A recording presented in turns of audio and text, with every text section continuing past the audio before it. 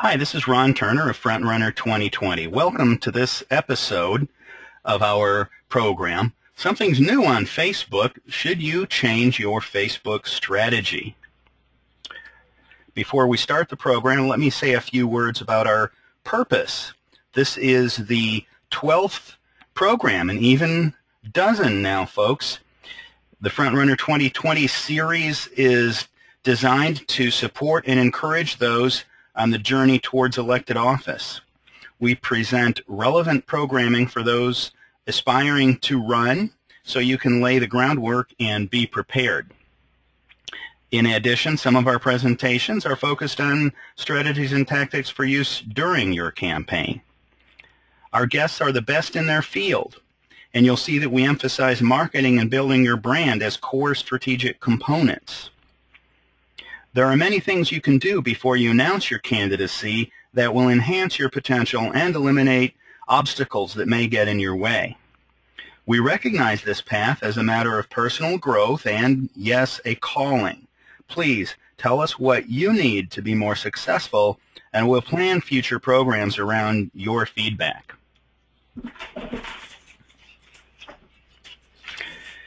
Katie Naranjo, CEO and co-founder of GNI Strategies, has been working in campaigns since she was 6 years old in Lufkin, Texas, volunteering for Bill Clinton.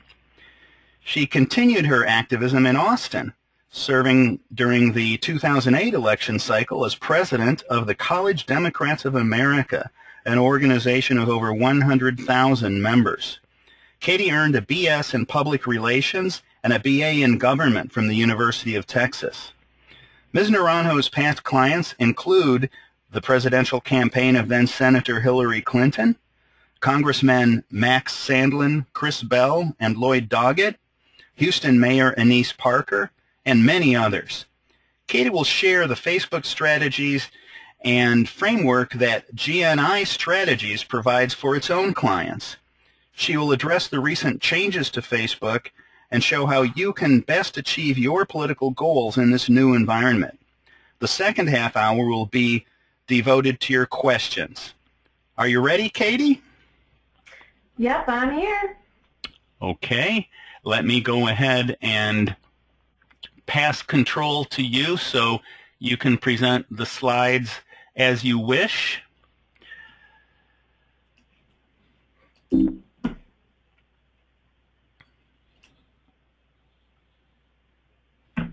Everyone see my screen?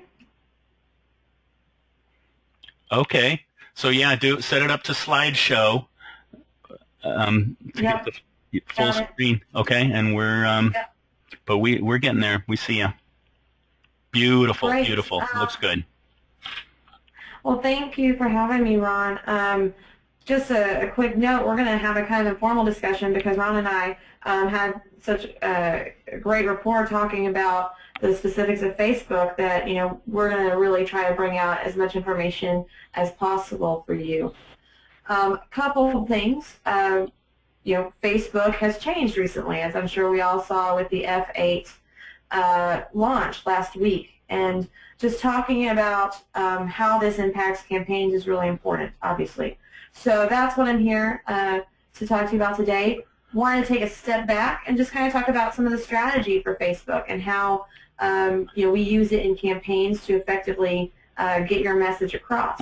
So just thinking of Facebook as a tool, what is it that our objectives are? And just 5 objectives that we come up with are, disseminating your message, which is an obvious one, gathering supporters and building that supporter base, getting volunteers, which is an integral part for any field campaign, getting donations as well, and finding new donors, and then also seeing what your opposition's up to.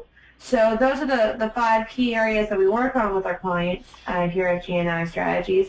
And now we're going to get into some of the more specific items within each one. So first one, disseminating your message. There are different strategies that folks use, right? Having a personal page versus a fan page. One of the most recent updates in Facebook is, I know a number of different folks, including I think Senator Zaffarini's always posting about this, but you have friend limits of 5,000 friends that you can have on a personal page. Well, this has always been around, but most folks didn't realize this. You can actually have that. There's actually a subscribe button. If you see right here. So, for instance, if you have reached that 5,000 person friend limit, you now can click subscribe, and instead of having them as a friend, they can see your updates. Again, allowing a new layer of folks to see and hear from you and about what you're doing. You do have to enable that on your page, though. But getting back to personal page versus fan page, what are the differences, or what's the reasoning behind them? Well, with the personal page in particular, I find it really interesting with some of our clients that they prefer to invite folks into what their daily lives are like.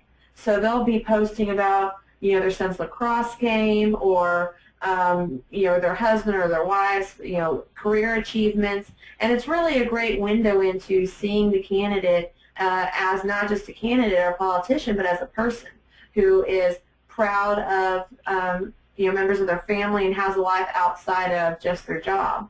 With a fan page, you really do give the campaign a voice.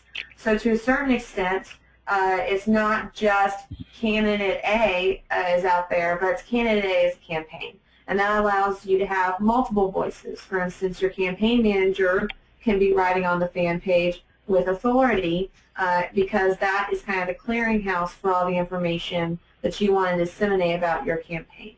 So when setting up your Facebook strategy, how do you want to use personal versus fan? If you only want to use a fan page because there aren't friend limits, or if you don't want to use a personal page because there are, or if you want to go after subscribers.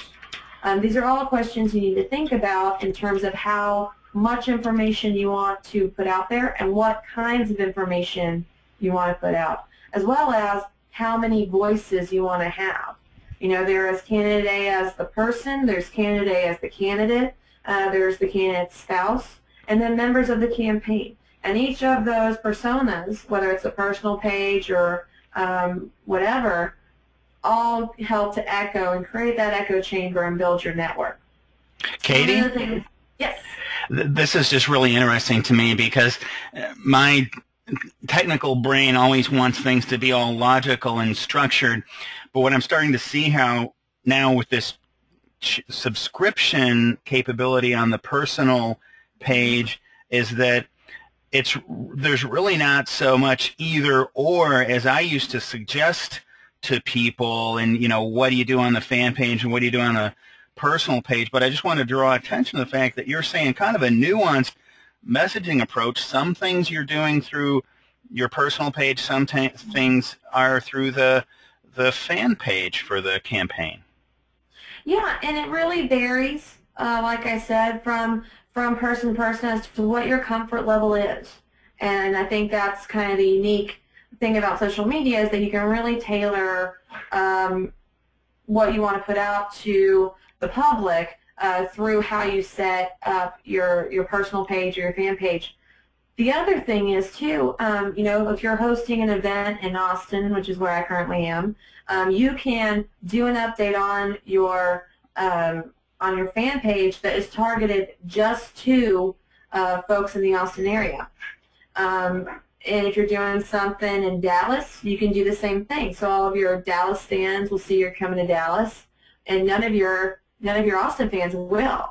And only administrators on the fan page will actually see all of the comments and posts.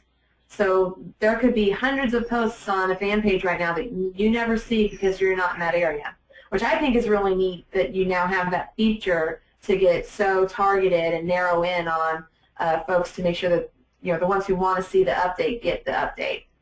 That's so cool because you remind me of what Roadblock was saying about rural campaigning, that in a large rural district that it may be a whole different set of issues in one part of the district, and so this lends itself to have different conversations going on in different areas.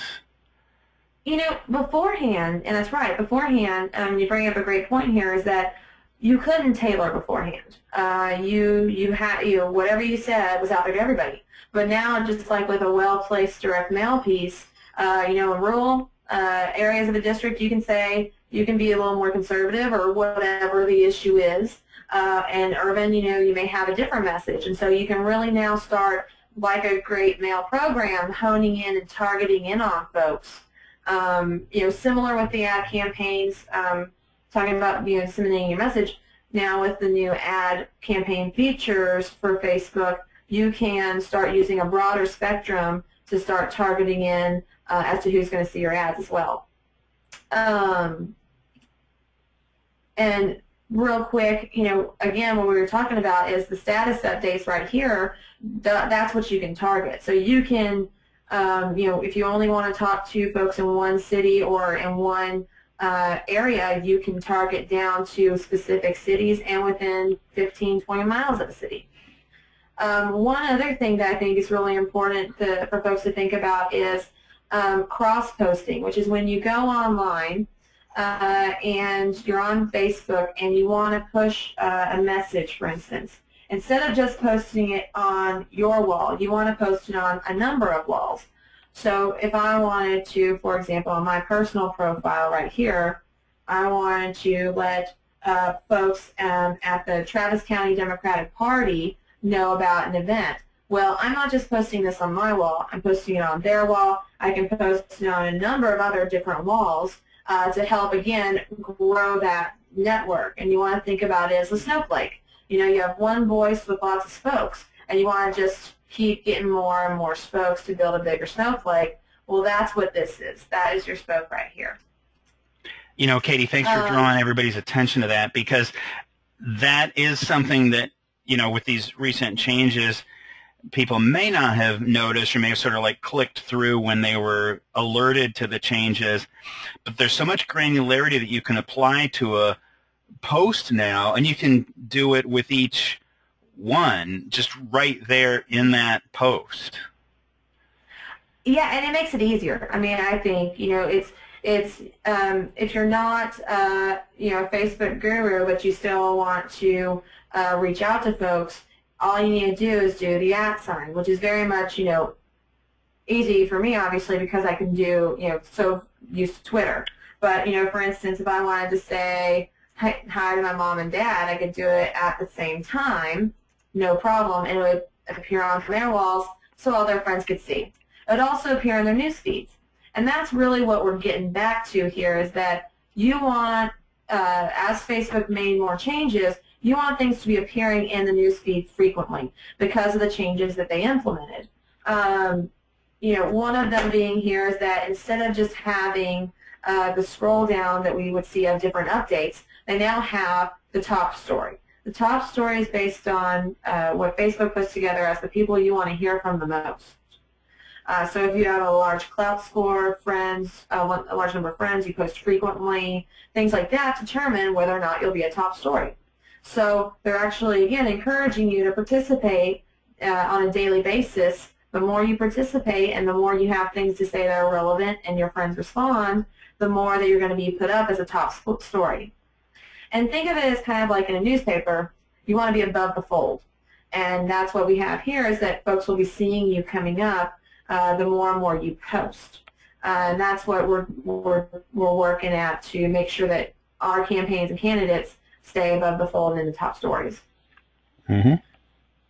So, we talked about cross-posting. We talked about a few of the updates, but I just want to make sure we hit all the updates right now.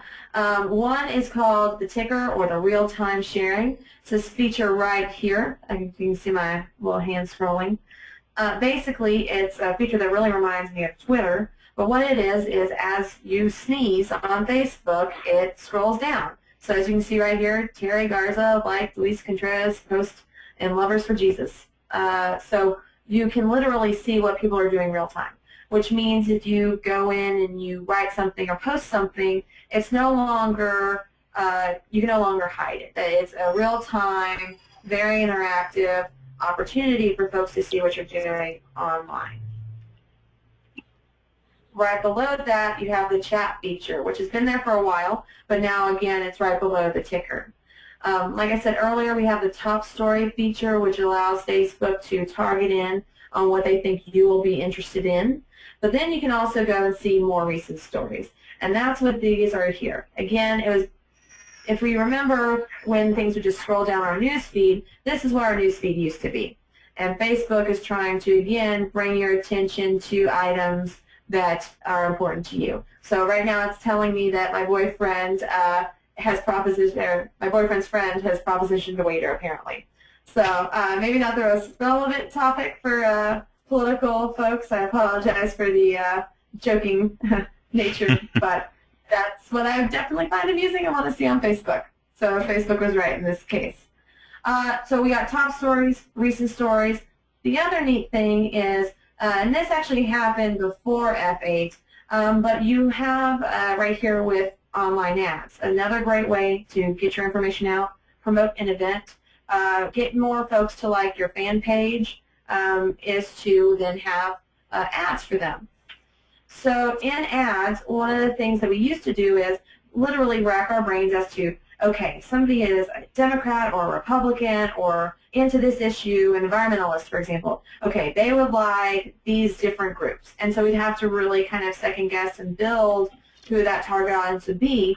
And then we'd have to apply that to what Facebook groups exist, what might be in their profile that they find interesting, et cetera, et cetera. But now with broad category targeting that Facebook has given us, we can now just go to interests. So if somebody's an environmentalist and they're interested in the environment, we can now see that based on things that they've put into their profile or pages they've liked, Facebook has indicated that they're into environmentalism.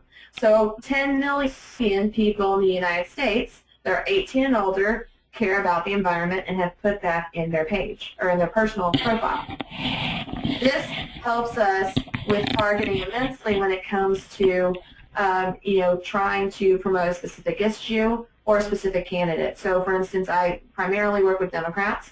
If I want to go straight after Democrats, instead of trying to second guess who they are interested in or who they might like on their personal profile, I know that there are 17 million, almost 18 million Democrats over the age of 18 who have indicated that in their profile. Again, allowing us to decrease any error in missing folks who might be wanting to hear from us.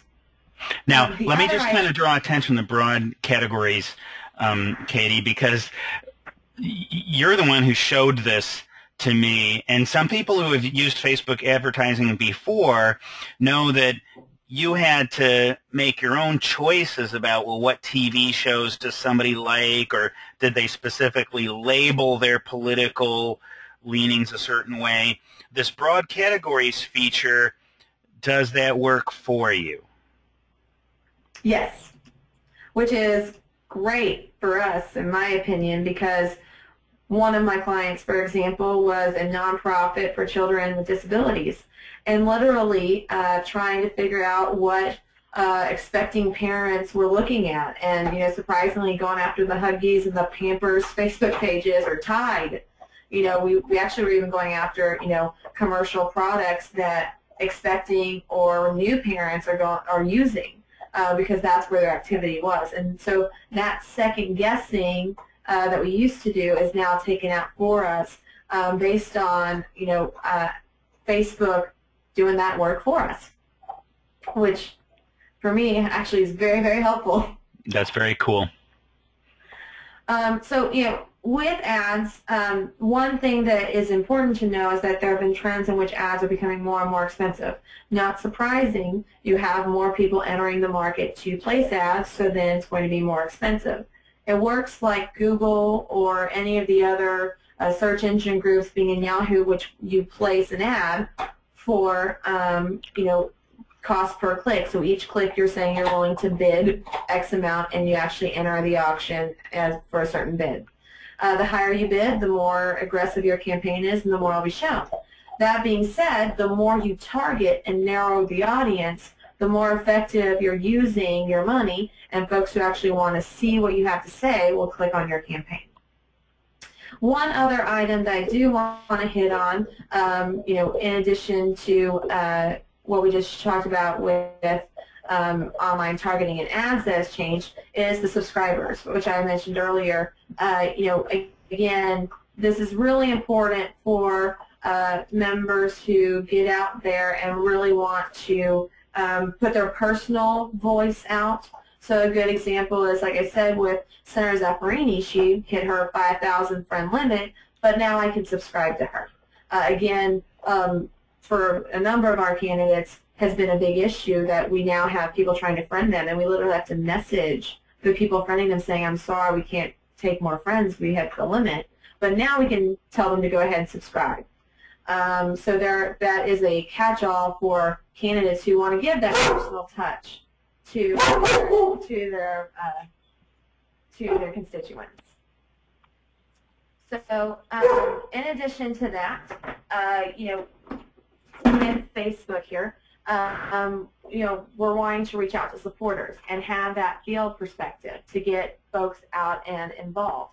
There are different applications that you can use, and I really recommend, since Facebook switched to iframes, using applications to welcome folks into your campaign. And as you can see right here, for example, this is a museum that my dad is heavily involved with.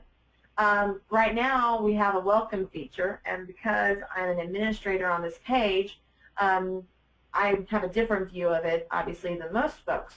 But what you can do is have an ad campaign and have it go directly to your welcome page, and you then can literally tailor this welcome page to anything you want, almost making it mirror your website. And I think this really encourages folks who may not know you as a candidate to have a welcome message, even a welcome video, as we have here, to get folks interested and involved. Again, kind of giving them that hook and pitch that you're looking for.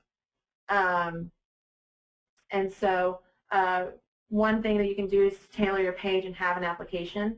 Other item is talking about your link back strategy. The more you link your website to external sites and use those links, the more you're helping your search engine optimization, but also the more you're bringing people back to your hub, which is your website. And so posting updates on your page or on your personal page and linking it back to a specific site on your website, or having a sign-up page within your fan page that allows folks to sign up in Facebook. I really recommend having options within Facebook instead of always bringing people out to your website, because there is a large segment of the population on Facebook that doesn't want to leave Facebook. They want to stay in Facebook and they want to be able to sign up within Facebook. So we try to give options to both groups of the community. The other items that we've always had some good feedback and experience with are supporter competitions. Getting folks involved to add more friends, help us reach that 5,000th fan. Share. Now there's a share feature on posts. How many shares you can get within a post. Really, again, encouraging people who do support you to bring their friends into the fold. And again, back to building that network, building that clout score, increasing your voice through their networks as well. And then the share feature that I just mentioned. So when we have updates on a page or on a personal page, now what we can do is share. Previously, you couldn't see how many shares you would get. Now you can. It's another great analytical tool that we can use to make sure we know what folks are doing and how far our reach is. So for instance, if I wanted to share this, I would just click share, and I could choose if it goes to my profile, if it goes to my friend's profile, or a group, or another page that I may be an admin on.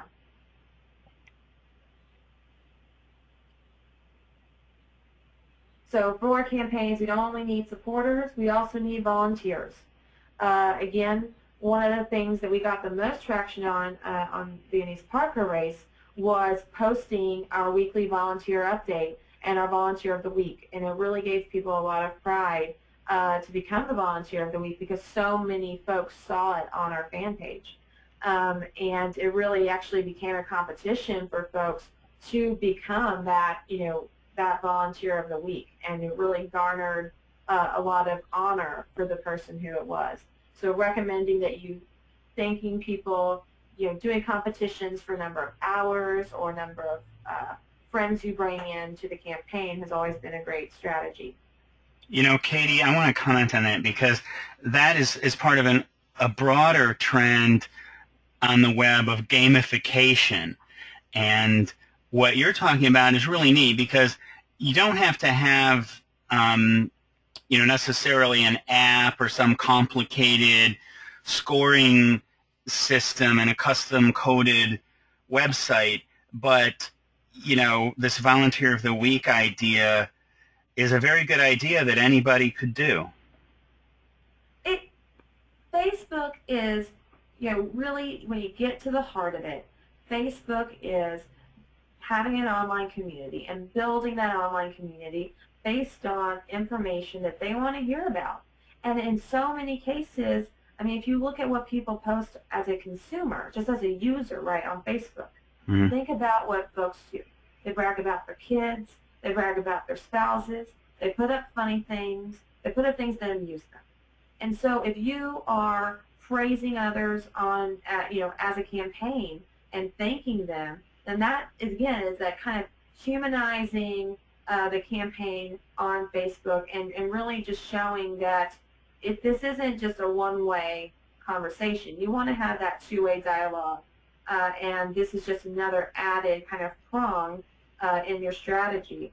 And it's really just, again, like I said, kind of humanizing the campaign and showing how much we appreciate people. And people like seeing folks who look just like them who are helping out. And it really brings in, too, more volunteers. When we would post about volunteers, people would say, well, I'm just like that guy. I can go in for 2 hours and help out and make calls.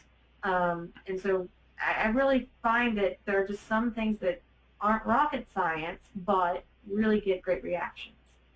And again, go back to the whole thing here, which is building your network. And what, so many people ask me, what is the worth of my network? How much are my friends worth, right? And the way that I look at it is how many people respond to when you post, how many people, want to sign up, and really creating those metrics for what your end goal is. And that's how you can evaluate what your strengths are within your network. Well, Katie, let me comment on that because that's one of the things that we try to talk about here, building of the network before someone's running for office. And this is exactly what a person can do in advance, because in Facebook, a person's ranking in the news feed is so much determined by their participation and interaction with others. You can't wait until you start a campaign. You want to be doing that over the course of a lifetime. Oh, I mean, definitely. And again, getting back to kind of the discussion I was having earlier about personal versus fan page, a good example is just even personally, I have, my company's page, but then I also have my personal page. And a very big part of that is because, I've been literally building this page now for, 5-6 years. And, I'm actually about to hit the friend limit probably in the next year or so. But, again, this is, and one of the things that Facebook has also brought in, which is timeline, this literally showed a timeline of my life for 5 years. So you could scroll down the wall and just see what 5 years of your life has been like. And one of the interesting features, which isn't necessarily totally relevant to campaigns, but should definitely be used to build that narrative and story for your candidate, is the timeline feature, which Facebook is going to continue to roll out more additions to. And I'm happy to talk more about that, in the future, because we still don't know what exactly that's going to look like.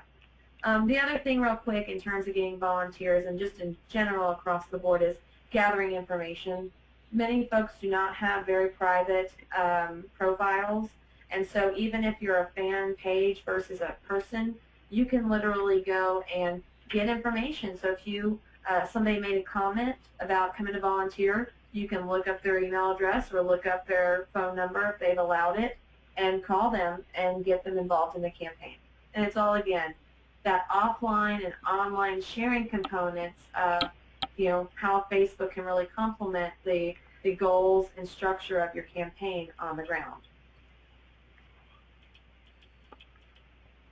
One thing real quick, because I know we got to wrap up soon, because I definitely want to have a broader discussion too, is prospecting donations. Creating an online giving competition with a thermometer and where folks can go on and say, I've donated $5. Or even, which a lot of candidates have used, which is sharing your status or sharing your Facebook avatars or your profile pictures to be that candidate's logo, or to donate your status to say, I support so-and-so. Similar things can be done when you donate online on Facebook. And there are applications like Pyrex and different ones that we work with that allow embedding of their contribution system. So you can literally, in the Facebook page, donate online and then have your status say, I just donated $5 to Ron Turner is Awesome campaign, and it will show up in your status. So Facebook applications are a big part, creating competitions, creating milestones. Again, just a general fundraising theory is, it's better to get to a 5,000 milestone, then a 25, then a 50, and really giving something for folks to reach to. And then adding new voices. All again, personal versus fan.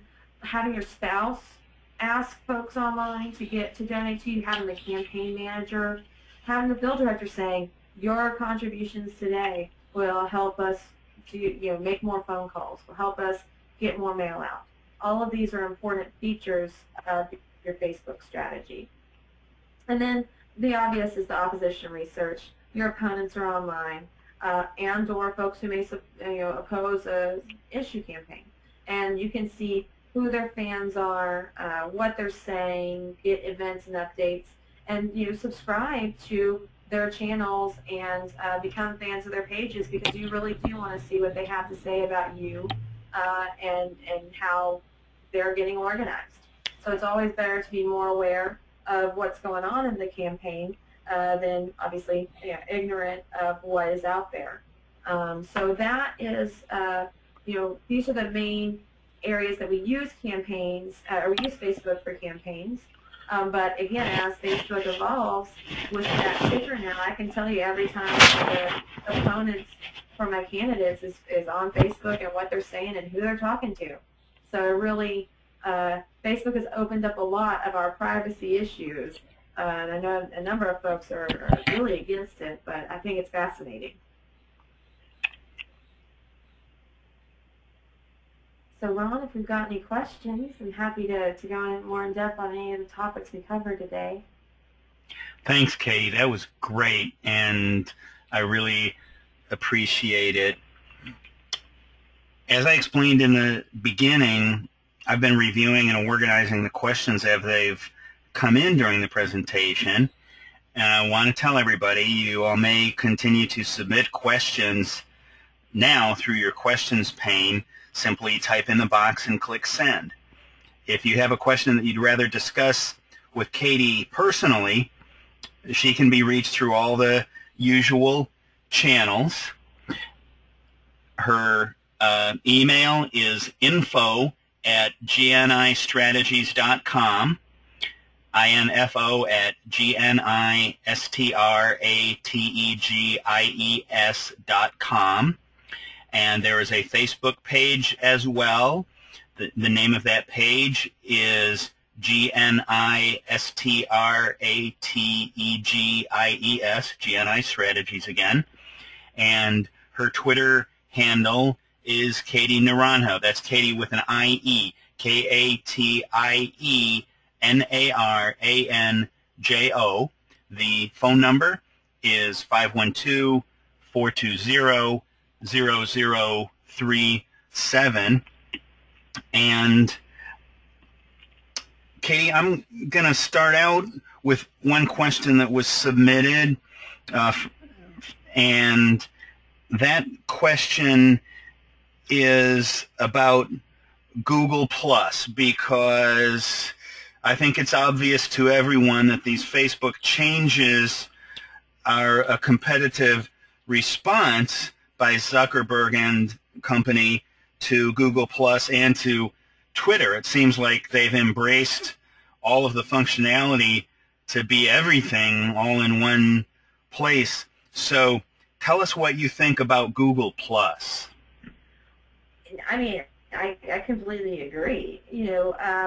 It's really interesting. I think early adopters to Google Plus can really see the benefits and kind of changes that Facebook have made in response to it. For instance, I joke that, for instance, this ticker feature here reminds me of Twitter. I mean, it literally, if there are other areas or if there are other organizations out there or companies out there, what do? Just take the best feature that they have and incorporate it, and that's what they've done here.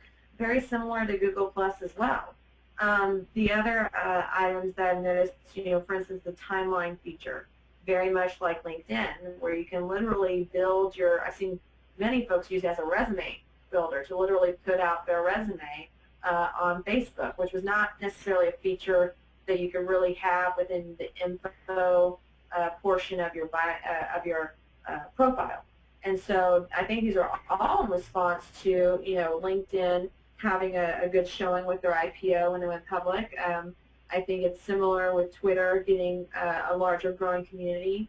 The other item too is, with these different groups, just like Google Plus, Twitter's community is not as big as Facebook, obviously, but it's a more dedicated community, and it uses it much more frequently. So you have a larger buy-in from the audience involved, whereas Facebook did not. And so what do? They incorporate features that would then, again, increase the loyalty to the product.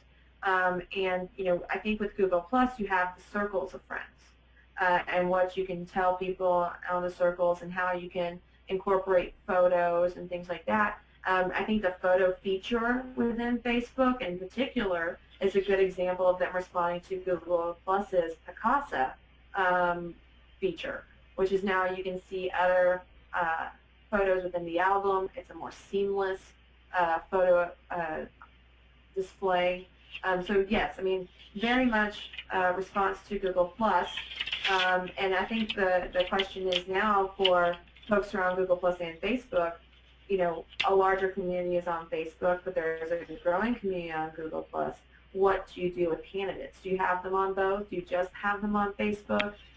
Is Google Plus now really just another Facebook, option? And so how do you then compare the two and which one you want to spend some resources on? And that's what we're trying to figure out now, in fact, is how do we want to devote our time online in our resources? Yeah, and let me follow up on that, because that's one of my concerns. That is, you can't be everywhere. You have limited resources, and there are so many social networks. In previous programs, we've mentioned bare minimums for people. And again, Katie, think about someone who is not yet running for office, but has ambitions and is on a development path towards that. Well, we've already told them, well, of course you should have a complete LinkedIn profile, and you should be building that network and soliciting endorsements and so on. And for sure you should be in Facebook, and you kind of need to be in other places. But then when you think about the way Facebook completely dwarves these other networks, 750 million users is the latest number I heard. So, when you have limited bandwidth to post and so on, I'm setting up a long question here. You say what you want to about it, because part of this is my opinion woven into. I have a personal pet peeve. Okay, so I'm going to kind of go off on a little bit of tangent here, is that I also know, there's Hootsuite and other automated systems where you can just kind of put one post and post it everywhere. Mm-hmm. And to me, that's sort of like a violation of etiquette. If I'm seeing the same stuff from somebody in different places because there are little nuances to each environment. So, so I guess sort of my question is, what you had just kind of set up as the challenge is, how does an individual and ultimately their campaign decide where to be and where to put their precious limited bandwidth? I mean, the more and more we do this, I mean, I can tell you probably have over like 100 different social media accounts we're responsible for updating on a daily basis. And, wow. I feel like in many cases, in so many levels, I'm almost schizophrenic because one day I'm a 60-year-old senator, the other day I'm a 50-year-old congressman, and, so it's always really interesting trying to channel their voices for them and help them navigate this. But we use a number of different products like Hootsuite. We also use some more expensive kind of exclusive products as well that do allow you to tailor these posts, and that really you get to, for instance, one of my favorites is we use a group Spreadfast that we work with a lot, and what we do with them is they then allow you to have, for instance, multiple accounts on Facebook. And so, for instance, if I want to post something as candidate A, but then I want different supporters of candidate A to then also post for them, if those supporters have allowed you to use their personalities online and they've given you permission, you can then for them tweet for candidate A or post on Facebook for candidate A. And you can time it out every 10 minutes. Somebody new is going through and posting and sharing something that you've put out there. And it's all through one seamless screen that we're able to do this now, and really kind of spread that network for you instead of having to do a lot of the heavy lifting through Facebook proper. We have these new systems or content management systems where we do this through I think they're up to now 10 different social networks that we're allowed that we can use, including Flickr, YouTube channel followers, Facebook, Twitter, LinkedIn, so Foursquare, Walla. All these are available for us to communicate with and actually have a built-in network that we post for the candidate, and that the candidate, as in there, we're saying all these 10 supporters have now retweeted the candidate without even knowing it, but because they've given us permission, and we're of course making sure the content's on message and that they would approve of, 10 people have now just tweeted out, not knowing so, for candidate A, which I think is fascinating. I highly recommend getting involved with some of the social CRMs that are out there, because it does save you so much time, and the research opportunities that you have with their systems and software is also really great, because I know, for instance, with Twitter, their API is very hard to get access to. There's a severe delay of their API, and so some of these companies that do buy into Twitter, you'll get immediate returns on searches that you would not get outside of Twitter, like with Hootsuite. I know that was a really long answer, but there's a lot out there, and it's always changing and ever evolving. So trying to keep up with it is just a daily job in itself. Well, what you've drawn attention to, Katie, is the fact there's so much new technology out there, that's layered on top of these networks to increase your the intensity of your work and so on. So I think the takeaway for people would be that when you get to that level, talk to someone like Katie, right? Call her, right? And find out, because there's so many things there. And then in the meantime, do the obvious stuff on there.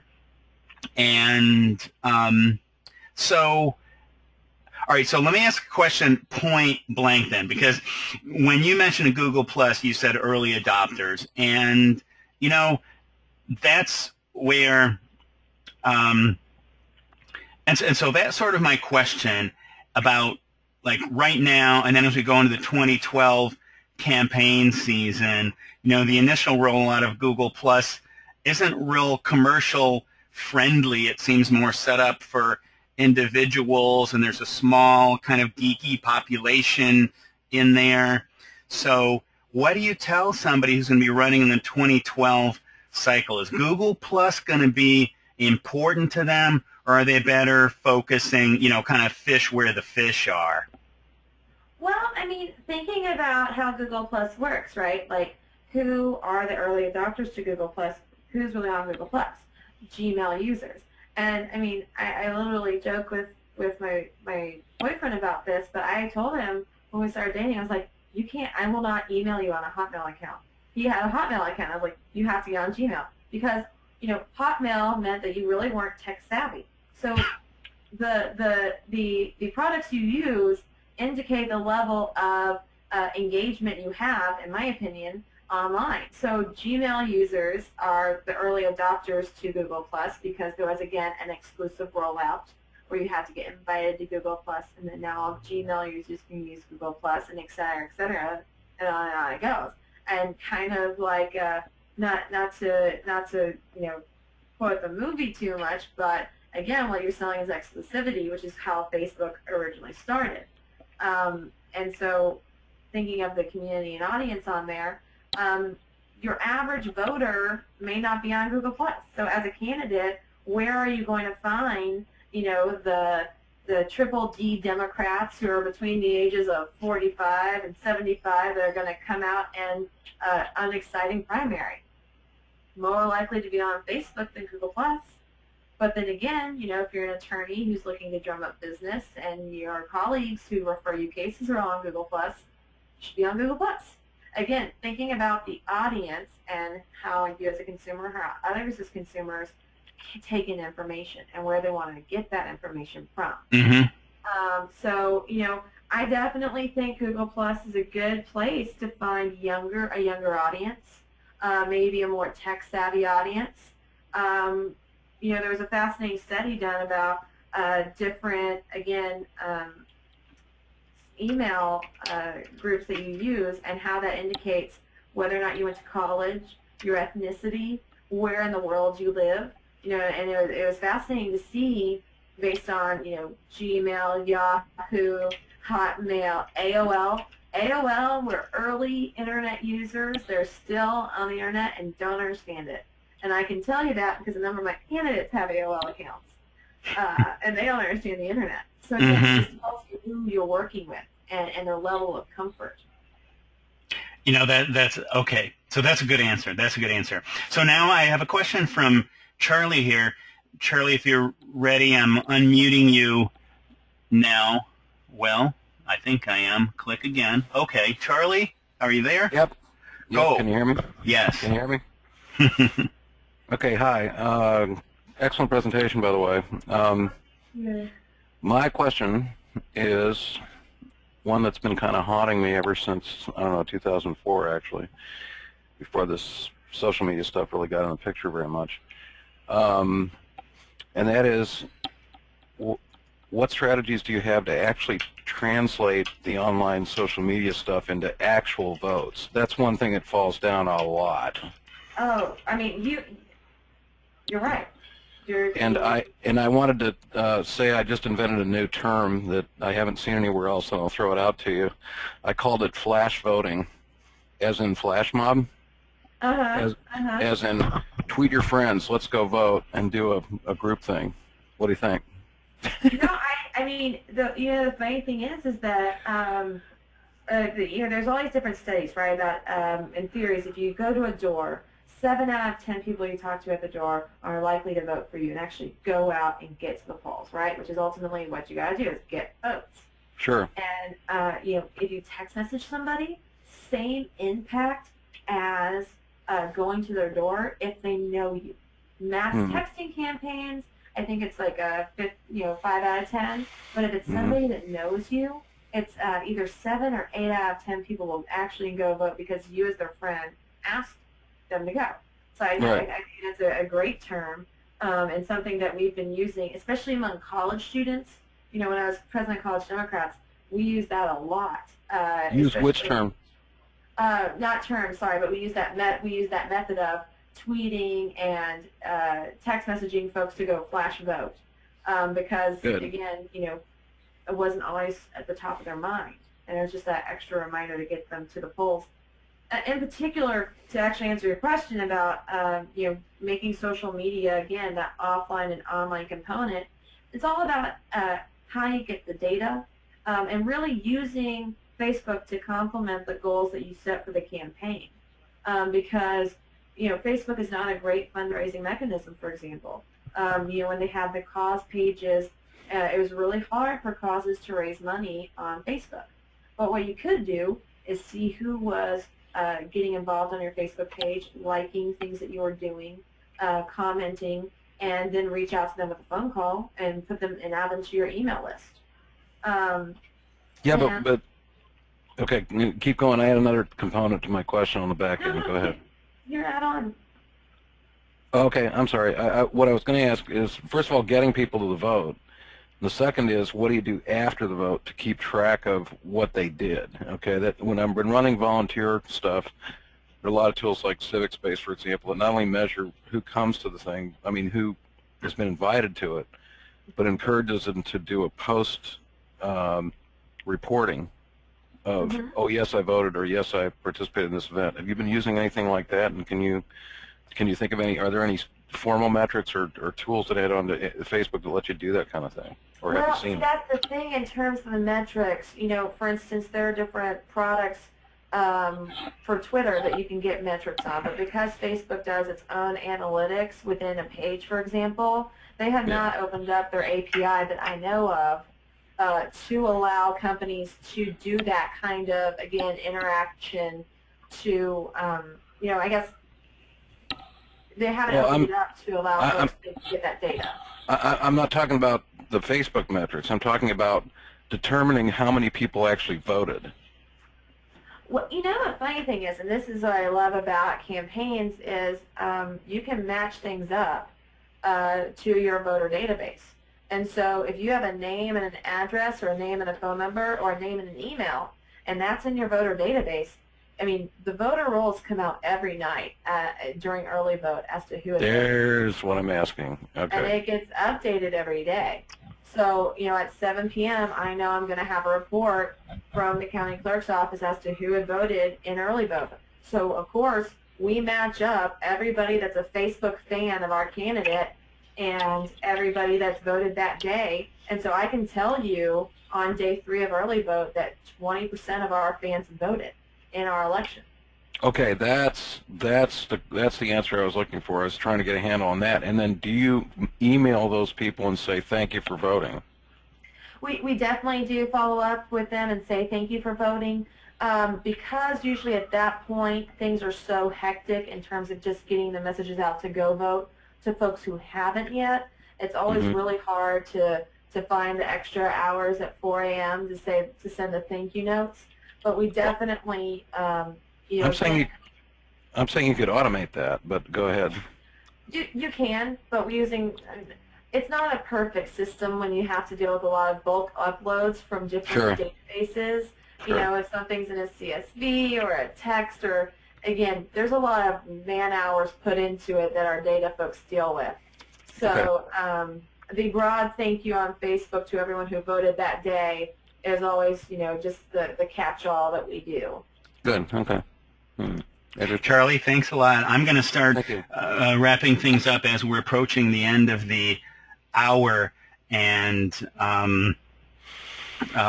those are some kind of good points to add in there about the personal tracking and responsibility. And Katie, I'm sure you know about the research that works in reverse, that making people aware of the fact that their voting record is public is a useful technique to inspire them to vote. Yep. So, let me give you a chance to make some closing comments here so that we can let people go on time. I'm sure they have other plans here. Go ahead and say what you'd like to wrap it up, Katie. I think the most important thing is the content that you use on Facebook. and making sure that you're aware of what your audience wants to hear about and who they want to hear it from. You know, and how you can best serve to really build a community. One of the things that I've noticed is a lot of companies, and then more commercial companies, have great success using Facebook to build a community around a brand or a designer or whatever, but the communities that we see that are the strongest, that have the most, again, two-way dialogue and interaction. It's not just about disseminating information, but responding and having those dialogues, are, you know, political campaigns and issue-based campaigns that are on, you know, on Facebook, because they do create that sense of community and like-minded individuals. And so, you know, keeping that in mind when you're going and building your strategy, I think is really important, because it kind of encompasses everything we talked about today, which is kind of the give and take that you have within a community when you're asking folks to get involved and invest in you. But then you also invest in them. You say happy birthday when it's their birthday on Facebook, or when they post a picture of their kid and they're really proud, you like it as a candidate. Again, just giving back. That's great. Very good summary. And one more time, I will tell everyone that Katie has indicated it's okay for you to correspond with her directly. The email is info@gnistrategies.com. The phone number is 512-420-0037. Katie, thank you for this very timely response to the Facebook changes and a really excellent overall strategic guide to Facebook. Everyone have a good night. Thank you.